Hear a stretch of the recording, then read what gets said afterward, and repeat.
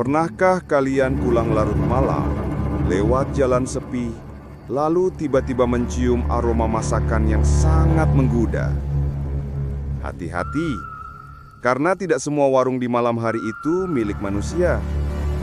Ada sebuah kisah tentang seorang karyawan pabrik yang menemukan warung misterius di tengah sawah.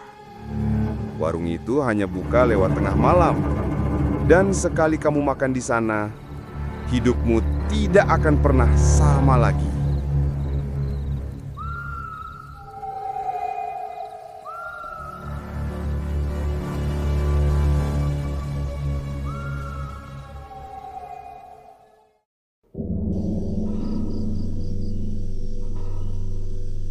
Malam itu, jalan kampung di pinggiran kota Bekasi masih sepi. Lampu jalanan redup, sebagian bahkan mati. Angin malam membawa suara jangkrik dan sesekali lolongan anjing dari kejauhan. Arif, seorang karyawan pabrik, baru saja pulang lembur.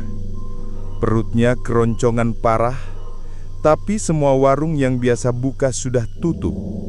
Sambil mengendarai motornya pelan, Arif menggerutu. Aduh, lapar banget. Masa harus makan mie instan lagi? Tapi saat melewati tikungan dekat sawah, ia melihat cahaya lampu redup di kejauhan. Semakin dekat, ternyata ada warung tenda sederhana dengan lampu petromak menyala. Anehnya, Arif yakin sebelumnya di situ tidak pernah ada warung. Warung itu tampak sepi. Hanya ada seorang ibu paruh baya berdiri di balik meja. Rambutnya tergerai panjang, wajahnya pucat tertimpa cahaya petromak. Aroma masakan tercium sangat menggugah selera. Iya mas, mampir aja. Warung baru buka. Masih panas semua makanannya. Suara ibu itu lembut tapi datar. Arif menelan ludah. Perutnya makin minta diisi. Ia pun duduk memperhatikan panci besar di atas kompor tanah liat. Ada lauk-lauk sederhana, ayam goreng, sambal, tahu, tempe. Tapi entah kenapa warna ayamnya agak kehitaman, seperti terlalu lama digoreng. Ibu jualan sampai jam berapa? Sampai subuh mas. Warung ini memang cuma untuk orang-orang yang pulang malam, jawab si ibu sambil menyunggingkan senyum tipis. Arif tidak curiga. Ia makan lahap, rasanya memang enak, bahkan lebih enak dari warung yang biasa ia datangi. Anehnya meski porsinya besar, makanannya terasa cepat sekali habis. Ia tambah nasi lagi dan lagi. Ketika selesai, ibu itu berkata, "Kalau mas cocok, jangan lupa datang lagi besok. Tapi jangan ajak banyak orang. Warung ini tidak sembarang orang bisa lihat." Ucapan itu membuat Arif mengernyit. Maksudnya bu? Ibu itu hanya tersenyum samar. Tatapannya kosong, lalu pelan-pelan berkata, "Kalau mas sudah makan di sini, biasanya akan datang lagi, meski tidak niat." Arif agak merinding mendengarnya, tapi ia mengabaikan. Ia bayar makanannya murah sekali, bahkan lebih murah dari harga normal. Saat menyalakan motor, ia menoleh ke arah warung itu lagi. Ibu penjual masih berdiri, tapi kali ini wajahnya terlihat lebih pucat dengan mata yang seolah menyala samar di balik cahaya petromak. Arif buru-buru pulang. Sesampainya di kos, ia langsung tidur. Namun malam itu ia bermimpi. Ia kembali duduk di warung tersebut, tapi kali ini meja-meja penuh oleh orang-orang yang wajahnya tidak jelas. Ada yang kepalanya miring, ada yang tubuhnya penuh luka. Semua makan dengan lahap, sementara ibu penjual menatap Arif dari jauh dengan senyum yang makin lebar. Ketika Arif menunduk ke piringnya, ia tersentak. Yang ada di piringnya bukan lagi ayam goreng, melainkan potongan daging mentah yang masih berdarah. Arif terbangun dengan keringat dingin membasahi tubuhnya. Perutnya masih terasa lapar, Lapar sekali, seolah apa yang ia makan tadi tidak pernah cukup. Dan di sudut kamar kosnya, samar-samar ia melihat bayangan seorang wanita berdiri, seperti ibu penjual warung itu, sedang tersenyum. Sejak malam itu, Arif tidak bisa berhenti memikirkan warung tengah malam. Padahal ia sudah berusaha melupakan, tapi setiap pulang lembur, langkahnya seperti selalu diarahkan ke sana. Malam berikutnya, ia kembali melewati tikungan dekat sawah. Dan benar saja, di tempat yang sama, warung itu berdiri. Lampu petromak bergoyang ditiup angin. Aroma masakan seolah menarik perut Arif tanpa bisa ditahan. Aduh, masa iya aku balik lagi? Gumamnya. Tapi anehnya, tangannya sudah memutar stang motor, berhenti di depan warung. Kali ini, warung tidak sepi. Ada beberapa orang duduk di meja-meja panjang. Arif agak lega. Setidaknya, tidak sendirian.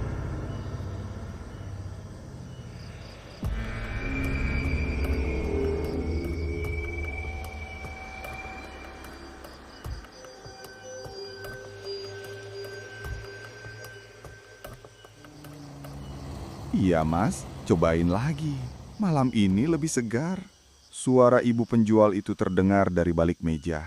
Ia tersenyum lebar, tapi kali ini giginya terlihat sedikit lebih runcing. Arif menelan ludah, tapi tetap mengambil piring.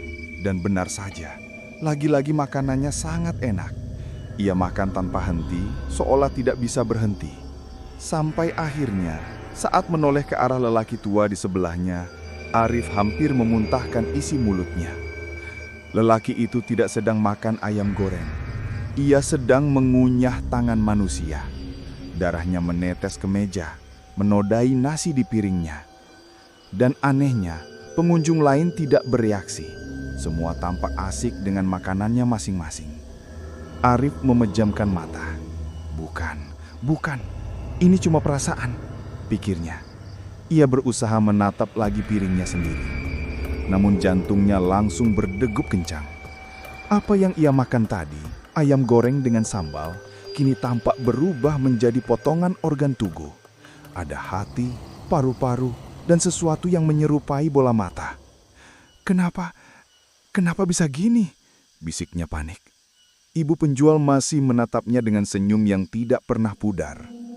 Mas Arif, sudah kubilang kan, kalau sudah makan di sini akan selalu kembali. Itu tandanya Mas sudah jadi pelanggan tetap. Arif berdiri terburu-buru. Ia ingin kabur, tapi kakinya terasa berat, seperti ada yang mengahannya. Ia melihat ke arah pintu warung. Samar-samar ada bayangan hitam besar bergerak, menutup jalan keluar. Tidak semua orang bisa keluar setelah masuk ke sini.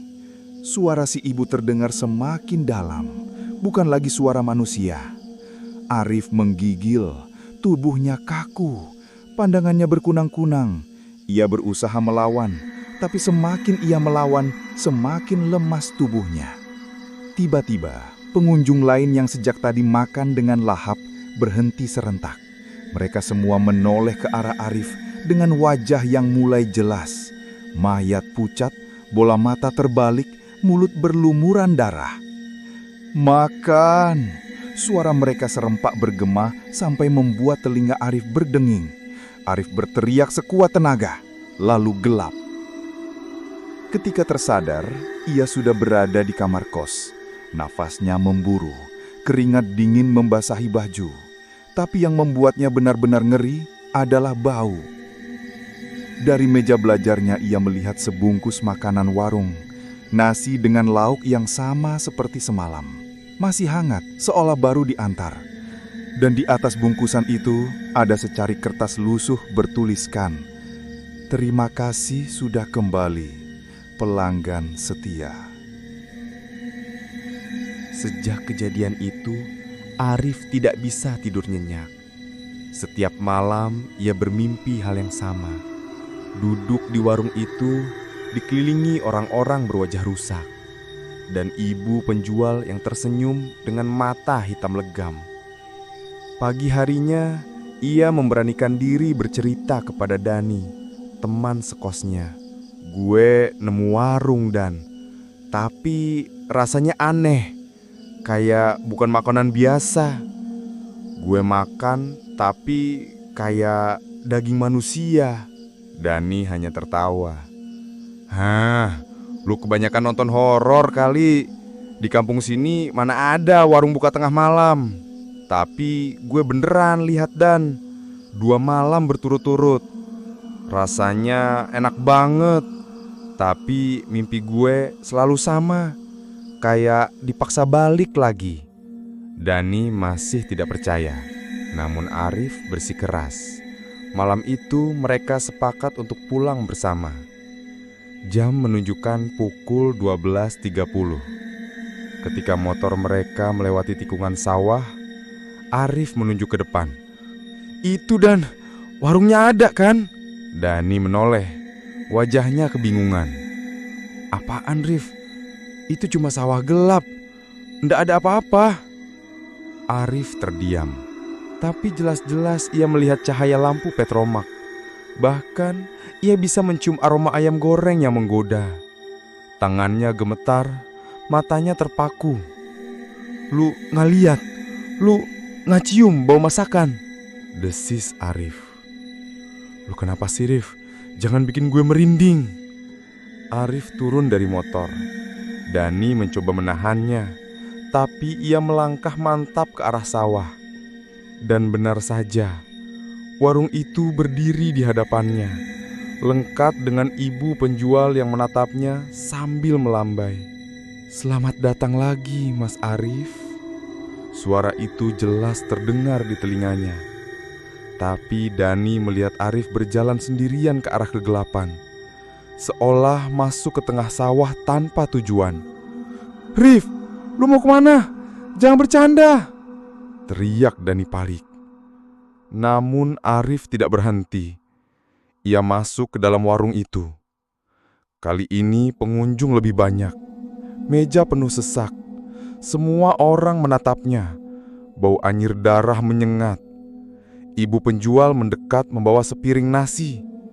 Di atasnya ada sesuatu yang membuat Arif hampir muntah. Sebuah kepala manusia dengan mata yang masih melotot. Silahkan dimakan, Mas. Biar semakin betah di sini. Arif mundur ketakutan.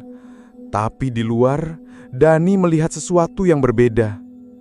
Ia melihat Arif berjongkok di tanah sawah, memungut sesuatu dari lumpur, lalu memakan tanah bercampur daging busuk. Ya Allah Arif, lu ngapain? Dani berlari mendekat, mencoba menarik temannya. Tapi ketika tangannya menyentuh bau Arif, tubuhnya terasa dingin dan kaku, seperti mayat. Arif menoleh, wajahnya pucat, mulutnya berlumuran darah dan tanah. Enak Dan, cobain deh. Dani teriak ketakutan, melepaskan genggamannya dan lari sekencang mungkin meninggalkan Arif di sawah. Sementara itu, di dalam penglihatan Arif, semua pengunjung warung bertepuk tangan. Ibu penjual mendekat dan berbisik di telinganya. Mas sudah mulai menyatu dengan kami. Sebentar lagi, Mas bukan lagi manusia. Sejak malam ia makan di sawah, tubuh Arif tidak lagi sama. Ia terus merasa lapar, lapar yang tidak bisa ditahan. Setiap makanan biasa yang ia coba makan di kos, nasi padang, mie instan, bahkan ayam goreng, semuanya hambar, seolah tidak punya rasa. Yang bisa membuatnya sedikit tenang hanya satu: ia harus kembali ke warung tengah malam itu. Dani sudah tidak berani lagi sekamar dengan Arif. Ia pindah kos ke blok sebelah setelah melihat sendiri Arif memakan tanah dan daging busuk. Sejak itu, Dani tidak pernah lagi mau menegurnya.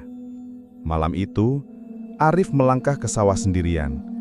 Dan benar saja, warung itu sudah menunggunya, lebih ramai dari sebelumnya. Pengunjungnya duduk berderet. Wajah mereka semakin jelas. Mayat dengan luka terbuka, sebagian bahkan tanpa kepala. Tapi mereka semua makan dengan lahap. Ibu penjual berdiri di tengah, tersenyum lebar.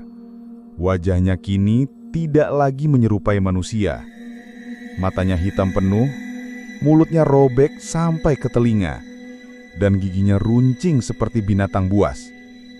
"Selamat datang lagi, Mas Arif. Bagaimana rasanya? Tubuh Mas sudah mulai terbiasa, kan?" Arif terdiam.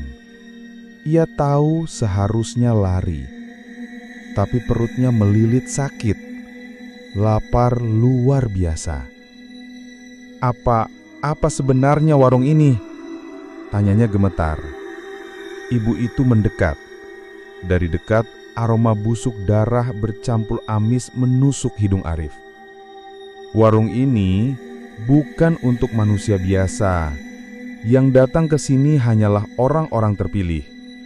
Orang yang dituntun oleh rasa laparnya. Orang yang tidak bisa lagi kenyang dengan makanan dunia." Arif menelan ludah. "Kenapa saya?" Si ibu menyeringai. "Karena Mas sudah menyentuh makanan kami. Sekali saja cukup. Sekarang Mas bukan manusia seutuhnya lagi."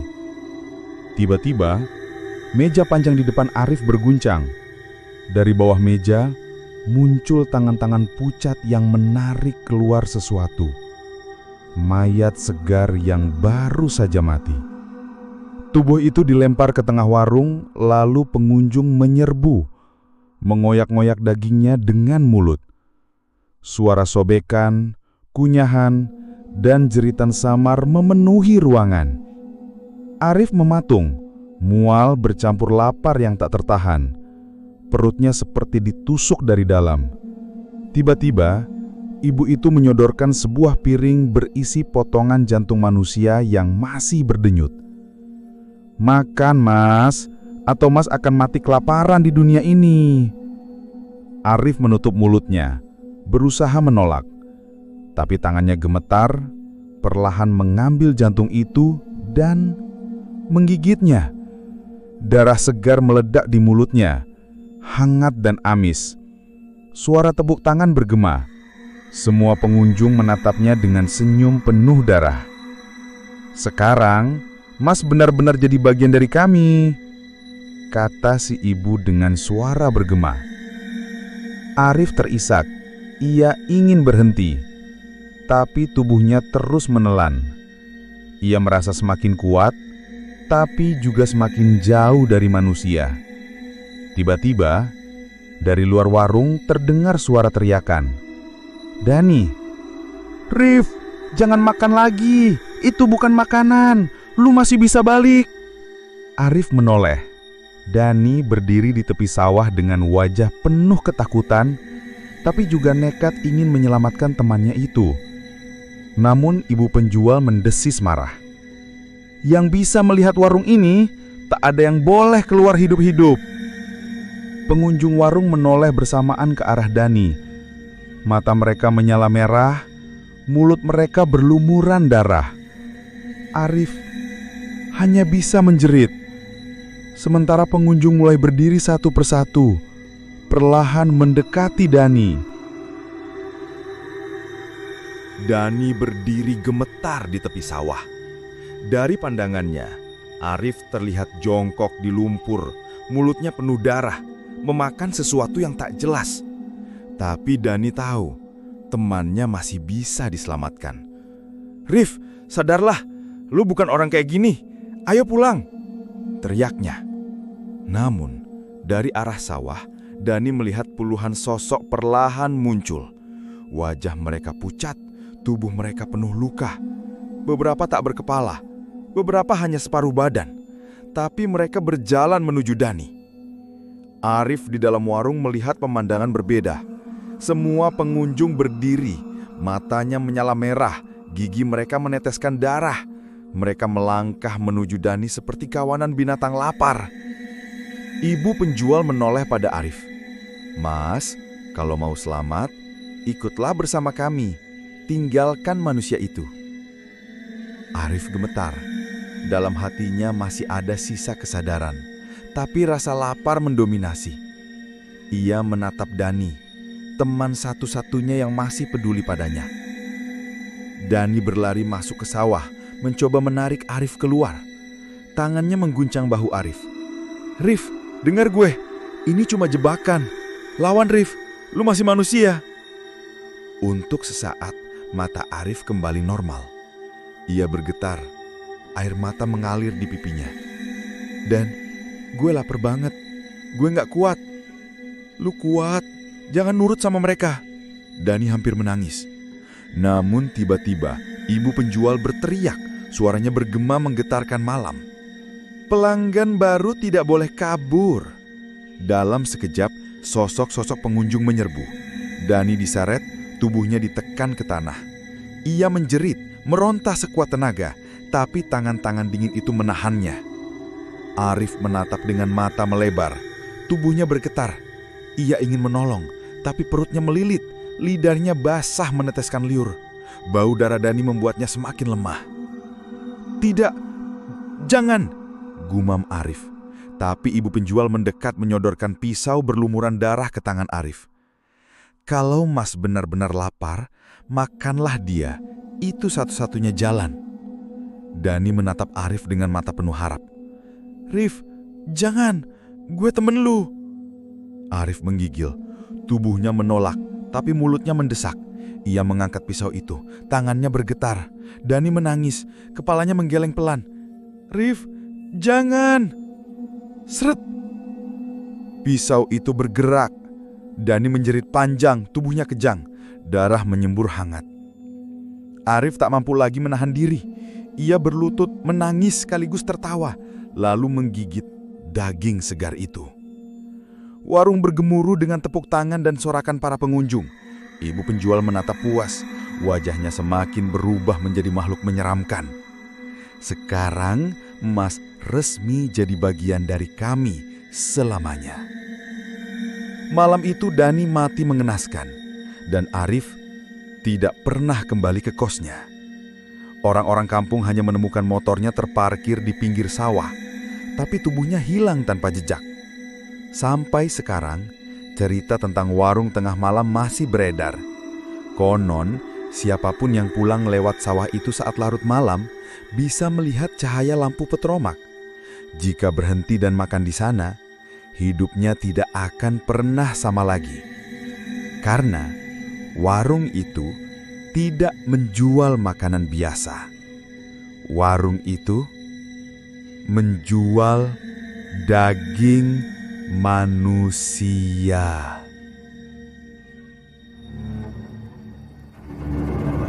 Itulah kisah tentang warung tengah malam, tempat yang hanya bisa dilihat oleh orang-orang tertentu. Dan siapapun yang pernah makan di sana akan menjadi pelanggan tetap selamanya. Kalau cerita ini bikin kalian merinding, jangan lupa untuk like video ini, subscribe channel ini, dan share ke teman-teman kalian yang suka horor.